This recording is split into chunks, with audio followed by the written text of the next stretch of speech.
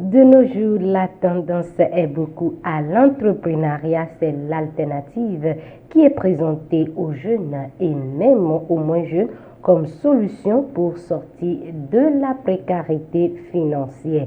Le chrétien peut-il entreprendre dans toutes les activités? C'est le thème que nous abordons ce soir dans cette rubrique, fidèles téléspectateurs. Merci de prendre le rendez-vous pour nous suivre. Nous sommes en compagnie de deux invités qui vont nous donner leur avis par rapport à ce thème de ce soir. Et après leur intervention, nous aurons le pasteur conseiller qui sera également avec nous sur ce plateau pour nous dire ce qu'il faut retenir de ce thème en collaboration avec les Saintes Écritures. Nous allons donc procéder à présent à la présentation de nos invités. Nous avons Monsieur Bonifidel qui a répondu amicalement à notre invitation. Bonsoir. Oui, bonsoir. Comment vous allez? Je vais très bien. Et la famille, la maison, les activités, tout se passe bien? Ça va, tout le monde va bien. D'accord. Oui. Dites-nous, qu'est-ce que vous faites dans la vie active et dans votre communauté également? Dans la vie active, je suis enseignant.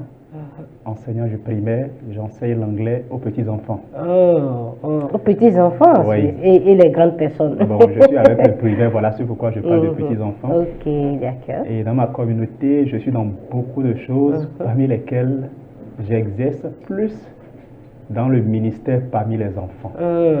Donc, je suis avec les enfants à l'église, je suis avec les enfants à l'école. Apparemment, vous aimez les enfants, finalement. Oui, j'aime beaucoup les enfants. Et d'accord, merci pour avoir répondu à notre invitation. Nous avons également avec nous Monsieur Noël Azonsole. Bonsoir. Bonsoir, madame. Comment vous allez? Ça va très bien, je rends grâce à Dieu. D'accord, vous aussi? Qu'est-ce que vous faites dans la vie et dans votre communauté? Dans la vie, bon, je suis commerçant, je suis étudiant en sciences économiques, option économie bien sûr. Et dans ma communauté, je suis responsable de la chorale, je travaille aussi à l'école de dimanche. Oui, c'est un peu ça. L'école de dimanche, je travaille avec les enfants. Nous n'avons que les aimeurs d'enfants sur ce plateau ce soir. D'accord, vous l'avez dit tout à l'heure, vous êtes commerçant. Vous faites quoi spécialement? Je fais les produits tropicaux, le cajou, le soja, et le maïs, un peu de tout quand même. D'accord, un peu de tout. Actuellement, qu'est-ce qui est en vogue? Bon, le soja est en train de laisser place au cajou. Donc le cajou est en train de venir à petit pas. Ça se passe bien, ça coule le marché? Bon, plus ou moins avec tout ce que nous rencontrons sur le terrain, le régime, les règles du jeu. On ne peut pas dire que c'est difficile, mais on se défend. D'accord, c'est pas difficile, c'est pas aussi facile, mais voilà. Vous vous défendez. D'accord, puisque nous parlons de l'entrepreneuriat ce soir, je pense que vous êtes encore beaucoup mieux placé pour nous dire vos difficultés, comment vous avez commencé, comment ça se passe en tout cas à travers le questionnaire que nous avons ici. Donc, nous allons commencer par les généralités. Pour vous, que peut-on comprendre par entreprendre? Entreprendre, c'est créer une activité qui répond à un besoin ou vouloir atteindre un objectif donné, tout simplement. Créer une activité pour répondre à un besoin. Oui. Et de votre côté, c'est quoi entreprendre? Je pense que je n'ai rien à dire de contraire que ce qu'il a dit. Entreprendre, c'est initier une activité, soit un projet, dans l'intention de créer, soit de produire des biens ou des services. Oui. D'accord. De façon précise, est-ce qu'il y a des objectifs ou il y a un but lié à l'entrepreneuriat? Oui. Il y a plusieurs objectifs que les gens peuvent viser en se lançant dans l'entrepreneuriat. D'abord, la toute première chose, on peut vouloir valoriser le talent qu'on a reçu de Dieu en se lançant dans l'entrepreneuriat. Et l'autre chose, on peut entreprendre juste pour se faire de la richesse, afin de mieux prendre soin de soi-même et aussi de répondre aux besoins des autres. On peut entreprendre également afin de servir de canal à travers lequel Dieu peut bénir sa communauté. On peut aussi entreprendre juste pour répondre à un besoin ponctuel sur en tout cas sur le terrain. Oui, on peut entreprendre pour plusieurs choses. Ça dépend de l'entrepreneur. Quel est l'objectif pour lequel lui il entreprend? Sinon, il y a plusieurs objectifs qui peuvent pousser l'homme à entreprendre. Donc, à un mot, les objectifs peuvent varier d'une personne à une autre. D'accord, mais il y a quand même plusieurs objectifs. Par exemple, vous venez de dire qu'on peut entreprendre pour que Dieu puisse utiliser ce talent et valoriser, en tout cas, aider la communauté, etc. D'accord. Est-ce qu'il y a des exigences quand on veut entreprendre? Est-ce qu'il y a des exigences, des choses que cela demande? Oui. Bon, pour entreprendre, parfois, j'entends les gens se disent on peut partir des zéros devenir quelque chose. C'est vrai. C'est vrai, on peut partir de zéro si vous avez cette résilience en vous-même.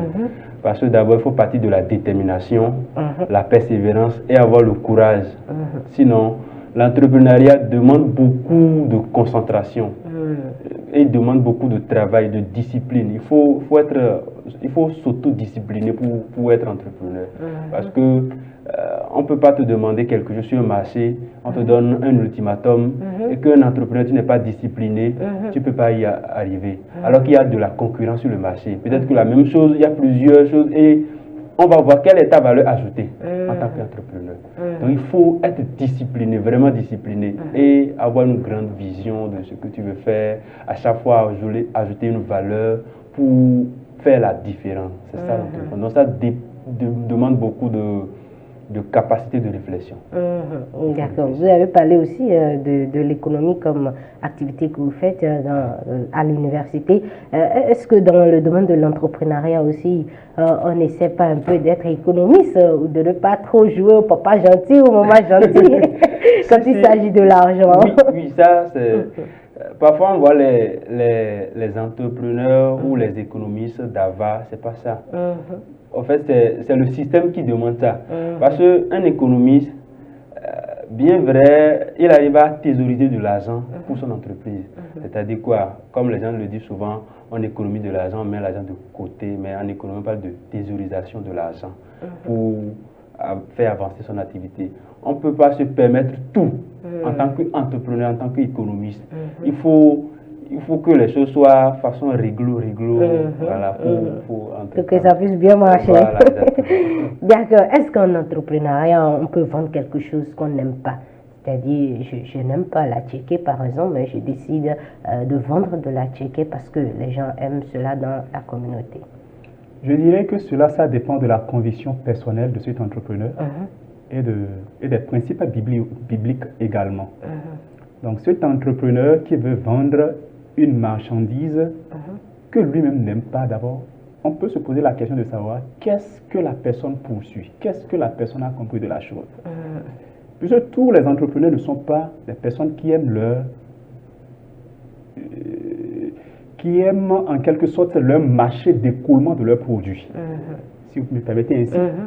Celui qui vend de la drogue, est-ce qu'il aime en réalité celui-là qui consomme cette drogue?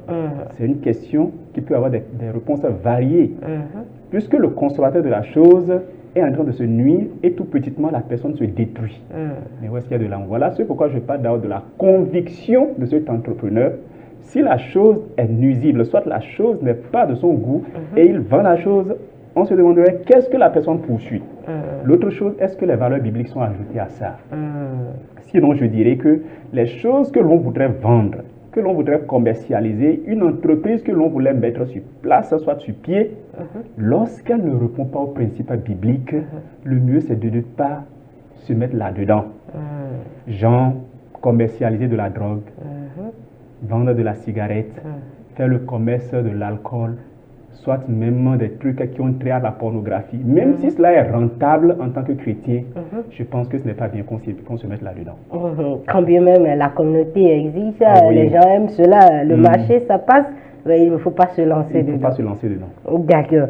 Vous avez parlé du marché, vous commercialisez les produits tropicaux, la caillou, etc. Est-ce que vous aimez la caillou avant de vendre ou bien juste parce que c'est ce qui est demandé?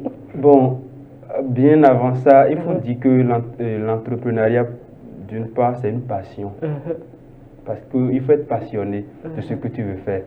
Si tu n'es pas passionné, je pense que l'entrepreneuriat, ce que moi je sache, si tu n'es pas passionné, tu vas laisser.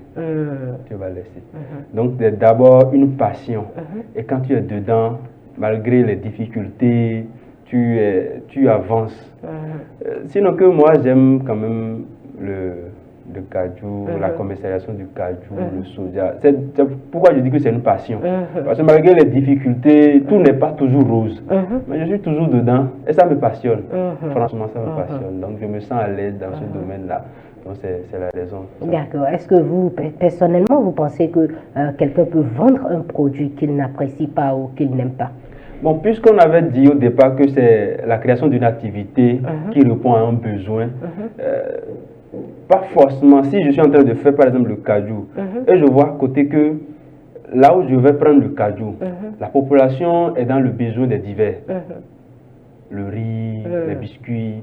Je réfléchis, puisque c'est ça l'entrepreneuriat, tu réfléchis déjà, tu vois dans ce milieu-là, quel est le besoin de la population? Je vois ça, je vais prendre du cajou là-bas. Donc je dis, bon, est-ce que je peux pas ouvrir une boutique rapidement ici? Et je mets le système en place, et doucement, doucement. Donc ça ne veut pas dire forcément que j'aime. Voilà, exactement. Donc quand même, je suis en train de satisfaire le besoin de la population. Donc pas forcément. Pas forcément. D'accord. Donc, en un mot, on peut dire en entrepreneuriat, il faut plus penser aux besoins de la population que ce que l'on aime. Bon, d'une part. D'accord. Est-ce que selon votre constat dans le milieu chrétien aujourd'hui, il y a beaucoup plus d'entrepreneurs, il y a beaucoup de gens qui aiment entreprendre? Oui, de nos jours, les gens se donnent plus à l'entrepreneuriat dans le monde chrétien. Et cela est dû à une prise de conscience et de l'importance de s'auto-employer afin de créer aussi de la richesse et être en mesure de répondre aux besoins de l'Église et aussi en mesure de répondre à ses propres besoins et aussi tendre la main aux nécessiteux. Oui, entre-temps, l'entrepreneuriat était mal connu, était mal perçu, mais aujourd'hui, avec la prise de conscience, les choses sont en train de changer. Et mis à part cela, il faut aussi dire que le marché d'emploi est devenu tellement précaire que les jeunes ont changé de mentalité. Du coup, après la formation dans les universités, dans des lycées techniques, dans des centres de formation, les jeunes se voient face à une réalité où, s'ils ne cherchent pas à entreprendre, c'est qu'ils vont toujours demeurer chômeurs. Du coup, les mentalités ont changé. Aujourd'hui, il y a beaucoup plus d'entrepreneurs chrétiens que par le passé. Par le passé, les gens se focalisaient plus sur la spiritualité, il faut aller à l'église, etc. Non seulement ça. Dans le passé, en fait, l'emploi n'était pas si difficile à gagner, on peut dire. À peine les études terminées, il y avait des débouchés. Mais aujourd'hui, le marché est devenu restreint et il y a plus de demandeurs d'emploi. Du coup, c'est une grande concurrence. Et dans cette concurrence, tout le monde n'arrive pas à tirer son épingle du jeu. Alors le jeune a changé de mentalité. Alors qu'entre-temps, aussi dans l'entrepreneuriat, on prenait tout entrepreneur comme quelqu'un qui était dans le banditisme, on peut dire. Parce qu'on parle des affaires.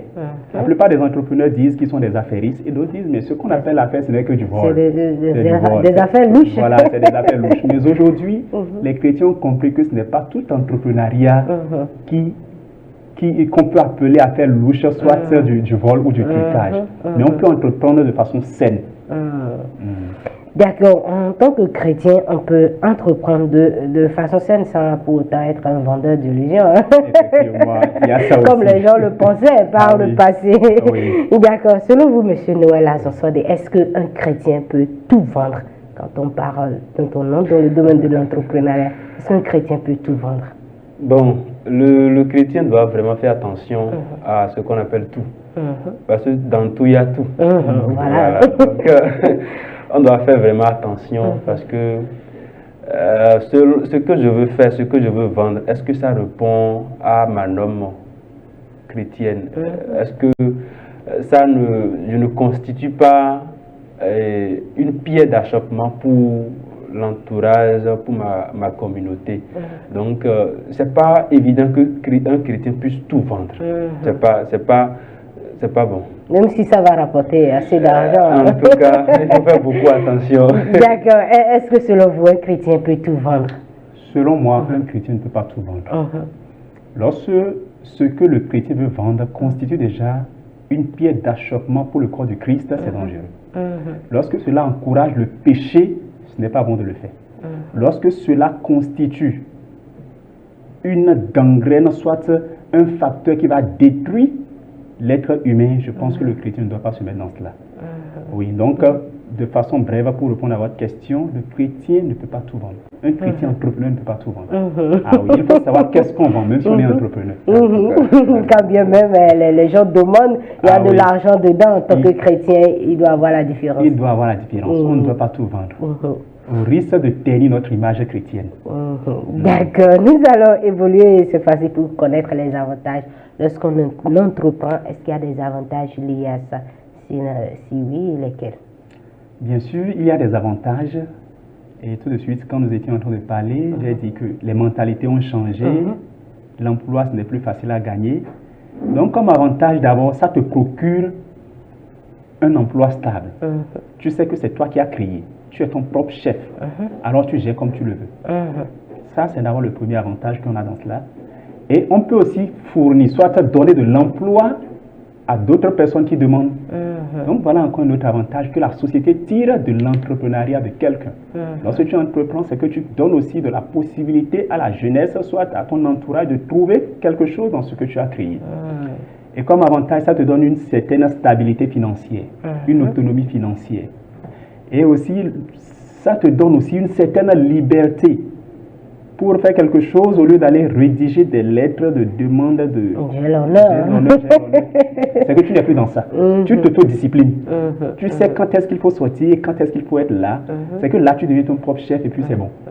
Je vois qu'il y a beaucoup d'avantages dans l'entrepreneuriat.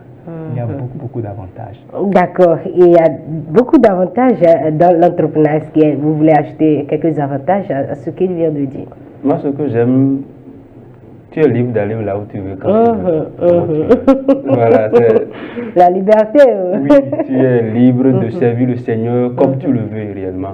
Parce que c'est d'abord ça, moi, mon problème. Il faut que je sois vraiment libre pour servir le Seigneur comme je le désire. Et déjà dans l'entrepreneuriat, si j'ai des activités, je dois voyager, je peux dire, bon, est-ce qu'on peut reporter ce voyage ou j'ai telle activité, facilement, j'arrive à gérer. Donc, c'est moi-même, je vais, je reviens. Je n'ai pas vraiment de compte à rendre à quelqu'un. Tandis que dans l'autre côté, il faut être toujours là. Si tu n'es pas là, tu as du compte à rendre. D'accord. Entrons à présent dans les Saintes Écritures. Est-ce que dans la Bible, on parle de ceux qui ont entrepris, ceux qui sont restés dans le domaine de l'entrepreneuriat? S'il y a des exemples dans vos recherches, vous avez trouvé des exemples bibliques? Oui, bon, moi, quand j'avais lu, j'ai vu l'histoire de Pierre et son frère et sa famille, parce que l'activité qu'il menait, c'est la pêche. Donc, c'est une famille d'affaires. Voilà, ils commercialisaient l'activité de la pêche pour satisfaire le besoin de la population. Donc c'est aussi un exemple dans le Nouveau Testament, bien sûr. Dans l'Ancien Testament, je n'ai pas vraiment eu de cas, mais je me souviens que au niveau de la tour de Babel, c'est aussi une entreprise. Les gens se sont entendus pour dire, bon, attention, lui là, il est juste là-bas, attendons-nous pour faire quelque chose pour aller. Et puis l'autre vient, puis son temps, il commence par, jusqu'à Dieu m'a dit, non, c'est pas bon. Et puis on les a dispersés, donc c'est ça. D'accord. Est-ce que vous avez des exemples? Il a parlé de Pierre et de la tour de Babel. Est-ce qu'il y a d'autres exemples bibliques? Oui, il y a le cas d'Abraham. Abraham, il y a Lot, il y a Jacob et il y a Isaac. Ils sont tous des éleveurs. Je pense que dans l'entrepreneuriat aussi l'élevage. Oui, donc c'est des éleveurs de profession. Et en dehors de l'élevage, Isaac lui faisait même du chant. Tout ça, on peut retrouver ça dans le livre de la Genèse et même dans une partie de l'Exode. Et dans le Nouveau Testament, il y a Paul. Paul qui construisait des tentes. Donc ça le procurait de l'argent et avec ça il arrivait à gérer certains de ses besoins. En dehors de ça, il y a Lydia. Ça c'est dans Actes des Apôtres. Dans Actes des Apôtres, Lydia était une commerçante de pourpre. Et quand j'ai cherché à savoir qu'est-ce qu'on appelle la pourpre, j'ai vu que ce sont des tenues luxueuses qu'elle commercialisait. Et c'est avec ça qu'elle arrivait même à aider les serviteurs de Dieu. Donc en dehors d'elle, ils sont nombreux. Et le cas de ceux qu'il vient de citer, les pêcheurs, ils sont là. Donc c'était aussi de l'entrepreneuriat. Et par-dessus tout, nous avons le Dieu créateur du ciel et de la terre. C'est notre premier entrepreneur. Il a créé le monde à partir de rien. Donc il a fait venir des choses qui n'étaient pas en existence. C'est le tout premier entrepreneur, moi j'ai vu dans la Bible. Et c'est à son image que nous devons être. Parce que si Dieu est notre Père, il faut être à l'image de son Père. D'accord. Forcément, on dit souvent que l'enfant ne peut que ressembler à ses parents. Oui. D'accord. Nous avons parlé tantôt des avantages. Est-ce qu'il y a aussi des risques? Parce qu'on dit souvent tout ce qui a d'avantages a d'inconvénients. Quand on parle de l'entrepreneuriat, s'il y a des risques liés à cela ou des dangers ou des inconvénients? Oui, l'entrepreneuriat n'a pas que des avantages, comme vous venez de le dire, mais il y a aussi des risques, parmi lesquels il y a les risques de dérapage, les compromissions. Donc, quand les affaires commencent à marcher, facilement, on est tenté de chercher à agrandir son chiffre d'affaires et on passe parfois par des voies tortueuses. Donc, ça, c'est souvent dangereux dans l'entrepreneuriat. Il faut savoir se maîtriser, savoir se dompter pour que la richesse ne nous emporte pas de l'autre côté. En dehors de ça, il y a aussi des faillites qui arrivent. Il y a des faillites qui arrivent et qui font que l'entrepreneuriat, ce n'est pas toujours facile.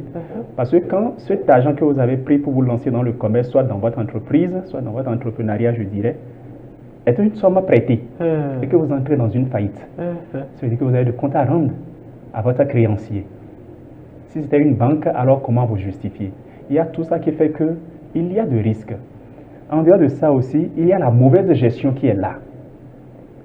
La mauvaise gestion, ce sont des inconvénients, soit des dangers qui se trouvent dans l'entrepreneuriat. Tout de suite, lorsque mon co-invité parlait, il a fait un rapprochement entre l'entrepreneuriat et l'économiste. Il dit oui, en tant qu'entrepreneur et économiste, c'est qu'il faut savoir où est-ce qu'on met les choses. Ce n'est pas parce que je suis économiste, soit je suis entrepreneur, qu'il faut mettre de l'argent partout. Mais il faut savoir comment est-ce qu'on sort de l'argent. Donc quand il n'y a pas cette rigueur, très souvent, il y a de la faillite qui arrive. Donc il y a beaucoup de dangers. Et il y a aussi la peur d'entreprendre. La peur d'entreprendre. On a le stress. Et il y a aussi des personnes de mauvaise volonté, soit de mauvaise foi, qui parfois s'ingèrent dans l'entreprise. Soit disant, bon, ils sont employés dans l'entreprise, mais ils vous aident à tuer l'entreprise.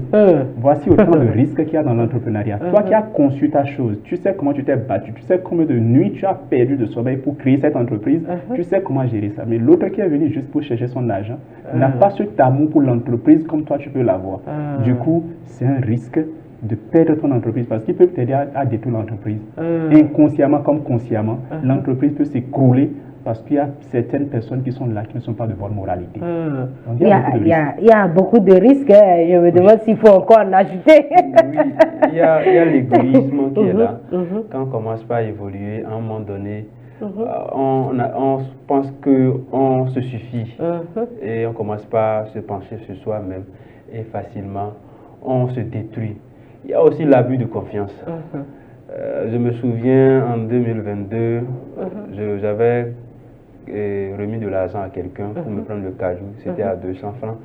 Et il a pris le cajou, une tonne. Et quand le prix atteignait 400 francs, je voulais aller sur le terrain récupérer. Et il m'a dit que, bon, que lui aussi il a remis de l'argent à quelqu'un qui n'a pas trouvé le produit. Alors qu'il nous a dit qu'il a trouvé le produit, tout. Et puis on a enregistré les appels, les messages, tout ça là. Après il a dit ça.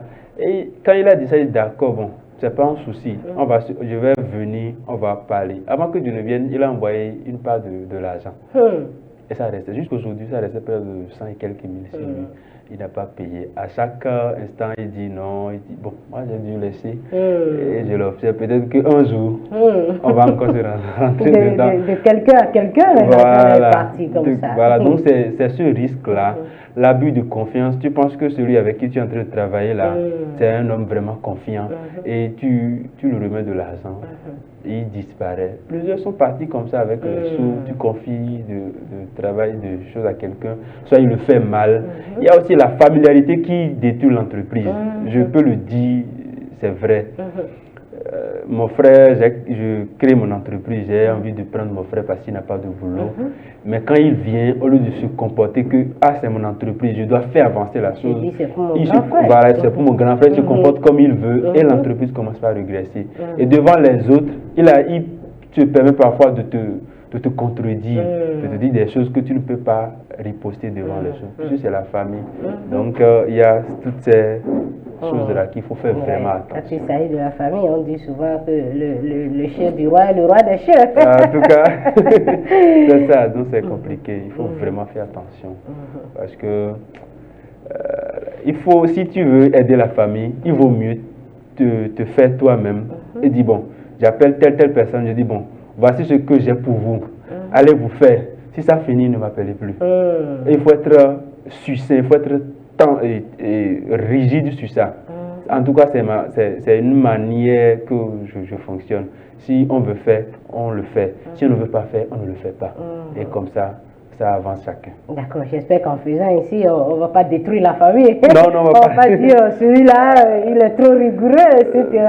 Si on connaît ta position, c'est bon.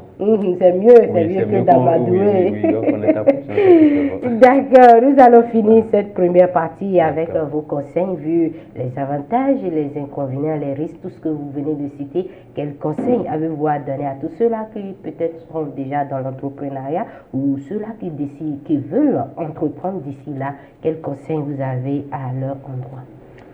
Ok, comme conseil, moi je dirais que pour toute décision, soit pour tout projet, toute décision entrepreneuriale bien sûr, ou tout projet qu'on veut concevoir, il faut d'abord soumettre ça dans les mains de l'Éternel Dieu. Ça passe par la prière. Et l'autre chose, il faut se fixer des objectifs qui glorifient le nom de Dieu. Si les objectifs ne glorifient pas Dieu, ça veut dire qu'on a fait déjà un mauvais départ. Et en dehors de ça, il faut se faire former, soit il faut se former, soit se faire former. Parce que le domaine dans lequel on veut exercer, il faut avoir de la connaissance là-dedans.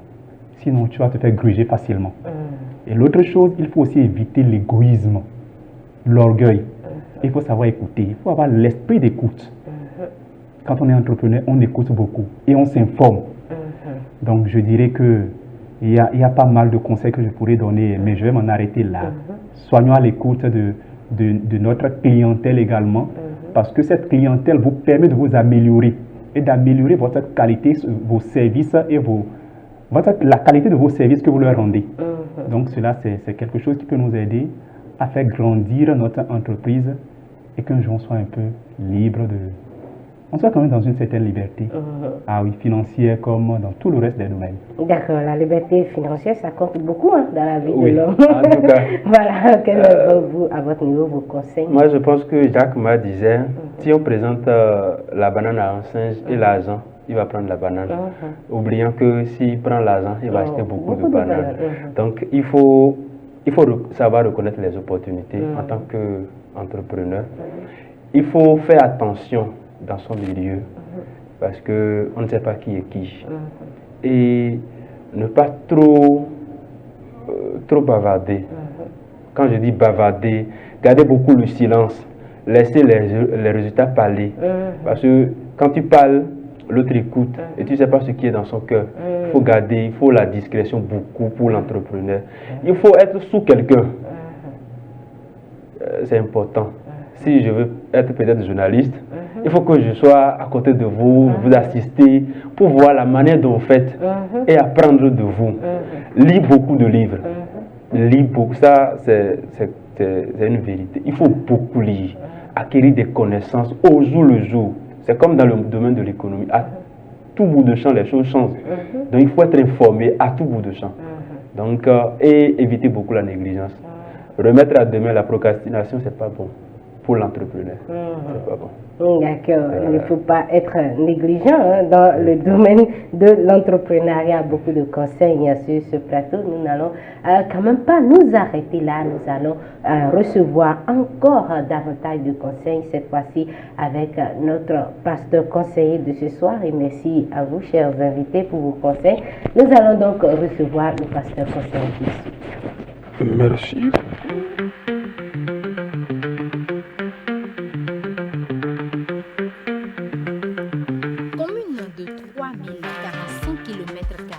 Située au nord-ouest du Bénin, nous sommes à Natitengu dans la cité des Nanto.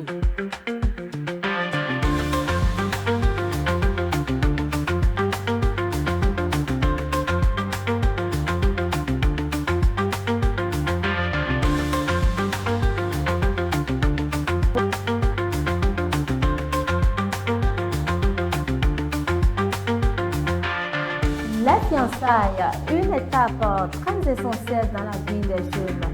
Dieu parle tantôt d'une manière, tantôt d'une autre, mais l'on n'y prend point garde. C'est avec ce verset que nous vous souhaitons une bienvenue.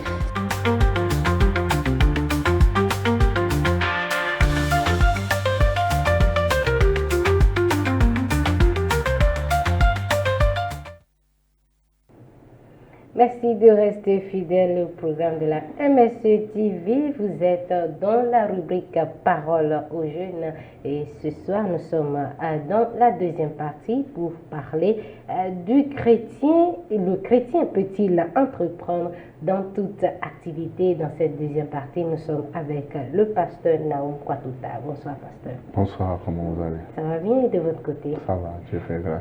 D'accord, nous parlons de l'entrepreneuriat. Que peut-on comprendre par entreprendre? Entreprendre, c'est le fait de répondre à un besoin en mettant une activité génératrice de revenus sur pied. Une activité génératrice de revenus. D'accord. Toujours dans l'entrepreneuriat, quels sont les buts ou les objectifs visés? L'objectif principal de l'entrepreneuriat, c'est de satisfaire un besoin. Un besoin à travers peut-être un système ou une structure mise en place. Et l'objectif secondaire, c'est de se faire de l'argent. Se faire de l'argent, oui. Est-ce que l'autre ne vient pas avant le... Bon, Souvent, généralement, on réfléchit en termes de je veux gagner de l'argent, je vais faire quoi? Mais la vraie question, c'est quel est le besoin que je peux régler? Maintenant, en réglant ce besoin, je facture le règlement de ce besoin. Quand on réfléchit comme ça, c'est la bonne chronologie des idées. Mais quand on dit j'ai de l'argent, je veux investir dans quoi? On risque de vouloir investir dans ce que l'autre fait et qui marche pour lui, sans toutefois savoir est-ce que ça va marcher pour nous. Voilà. D'accord. Et cela voudrait dire qu'il y a beaucoup d'exigences quand on veut entreprendre, puisque vous avez dit tout à l'heure, ce qui a marché chez l'autre peut ne pas marcher chez... Exactement. Exactement. Quand Dieu nous a créés avec des dons et des talents innés. Et la pensée de Dieu en nous donnant les talents, c'est que nous puissions vivre de ces talents. Ça veut dire que je ne peux pas avoir les mêmes talents que vous. Voilà. Donc si je ne veux pas avoir les mêmes talents que vous, je ne veux pas investir dans le même secteur que vous. Je donne un exemple. Quelqu'un par exemple qui aime parler. Il peut facilement investir dans du commerce. Pendant que quelqu'un qui n'est pas très extraverti va investir dans autre chose. Donc, déjà, l'exigence principale, c'est de savoir est-ce que ça peut aller avec moi. Bien vrai qu'on apprend toujours, mais le talent qui est inné là, c'est plus facile de le commercialiser que de commercialiser les formations. Voilà. Donc, qu'est-ce que je veux dire par là? Je dois pouvoir savoir quelles sont mes forces, quelles sont mes faiblesses. Et par rapport à ce qui est mes forces, dans quoi je peux investir. Ou quel est le besoin auquel moi je peux répondre. Et là, voilà, si je fais déjà ce travail, travail de savoir en tant qu'entrepreneur, quelles sont mes forces, quelles sont mes faiblesses. Ensuite, quel est le besoin qui est là, qui est criard, comment je peux investir là-dedans. Là, je mets en place une stratégie et je me lance. Voilà. Là, ça va beaucoup plus marcher. Voilà. D'accord. Est-ce que de façon générale, en tant que chrétien, en tant qu'enfant de Dieu, on peut tout vendre quand on entre dans le domaine de l'entrepreneuriat? Non. Je dirais un non catégorique. L'enfant de Dieu ne peut pas tout vendre. Parce que l'enfant de Dieu est censé être la lumière du monde. Et il faut promouvoir les valeurs du royaume des cieux. Donc quand je veux mener une activité, je dois d'abord me poser la question de savoir, est-ce qu'en faisant cette activité, je fais la promotion des valeurs du royaume? Est-ce que je ne suis pas en train d'amener plusieurs personnes à leur pète? Parce que ce n'est pas parce que c'est rentable que je le fais, mais l'enfant de Dieu en mission sur la terre. Donc, il y a des valeurs qu'il doit promouvoir. Donc, avant toute activité, il faut se demander la finalité là. Quelles sont les valeurs que je mets en exergue? Si c'est des valeurs contre le royaume des cieux, là, je ne le fais pas. Mais si c'est des valeurs qui favorisent le royaume des cieux, ok, on y va. D'accord, nous allons continuer. Est-ce que dans la Bible, est-ce que la Bible encourage du moins à l'entrepreneuriat avec des exemples bibliques, ceux qui ont entrepris, etc.? Toute la Bible n'a pas parlé d'employés. La Bible n'a parlé que des entrepreneurs. Depuis le commencement, déjà quand on voit Dieu, c'est un entrepreneur fin, avec une planification structurée. Il savait que je veux créer l'homme. Et pour créer l'homme, l'homme doit avoir besoin d'une surface sur laquelle il va se mouvoir. Il doit avoir besoin de l'eau, il va avoir besoin du soleil, ainsi de suite.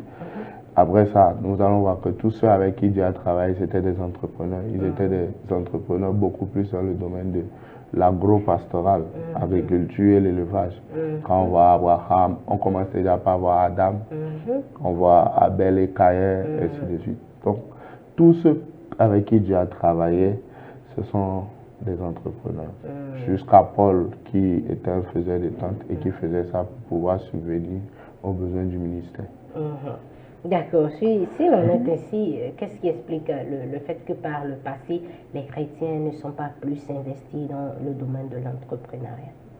Oui, par le passé, le problème, en fait, c'est que on a eu le chrétien, surtout le chrétien dans le contexte africain, a eu un problème de compréhension des Écritures. J'ai l'habitude de dire à des amis que le problème de l'Église en Afrique, c'est le français. Et j'en lis. Parce que on a mal interprété certaines choses. Et on a pensé que entreprendre, c'était forcément être avide d'argent. Et il ne fallait pas entreprendre parce qu'on ne veut pas avoir l'amour de l'argent.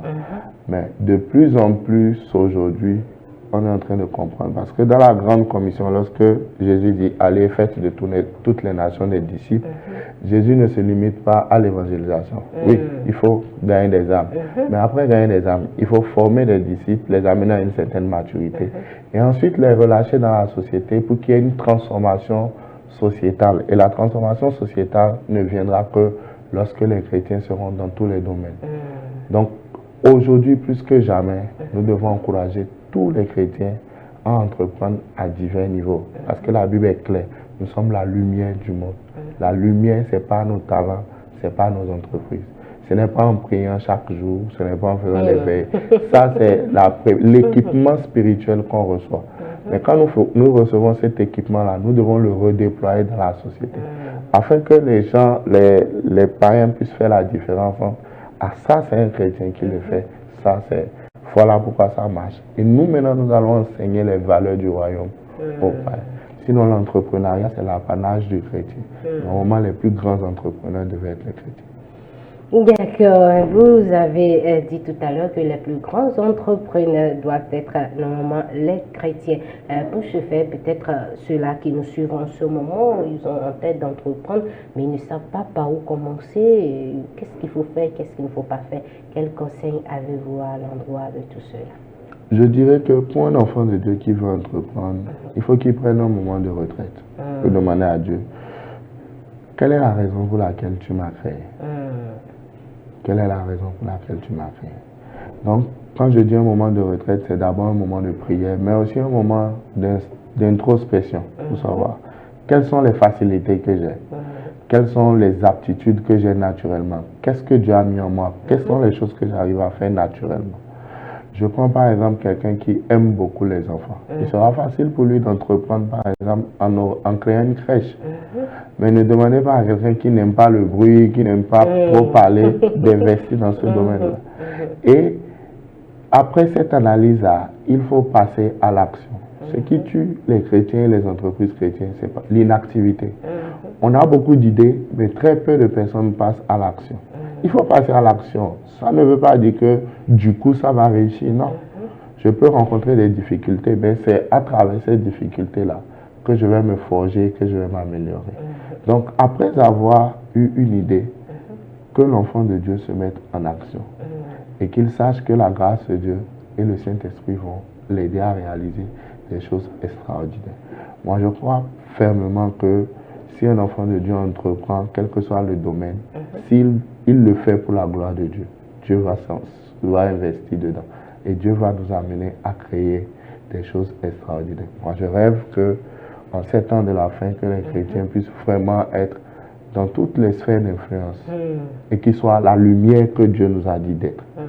Voilà. Qu'on ne s'arrête pas seulement à parler en langue dans nos assemblées, à prier, à faire des veillées, mais que dans la société, notre impact soit réel, visible. Voilà. Merci beaucoup à vous, cher pasteur Naoum Kwatota, pour vos conseils qui sont déjà en train de travailler dans la vie de nos chers téléspectateurs.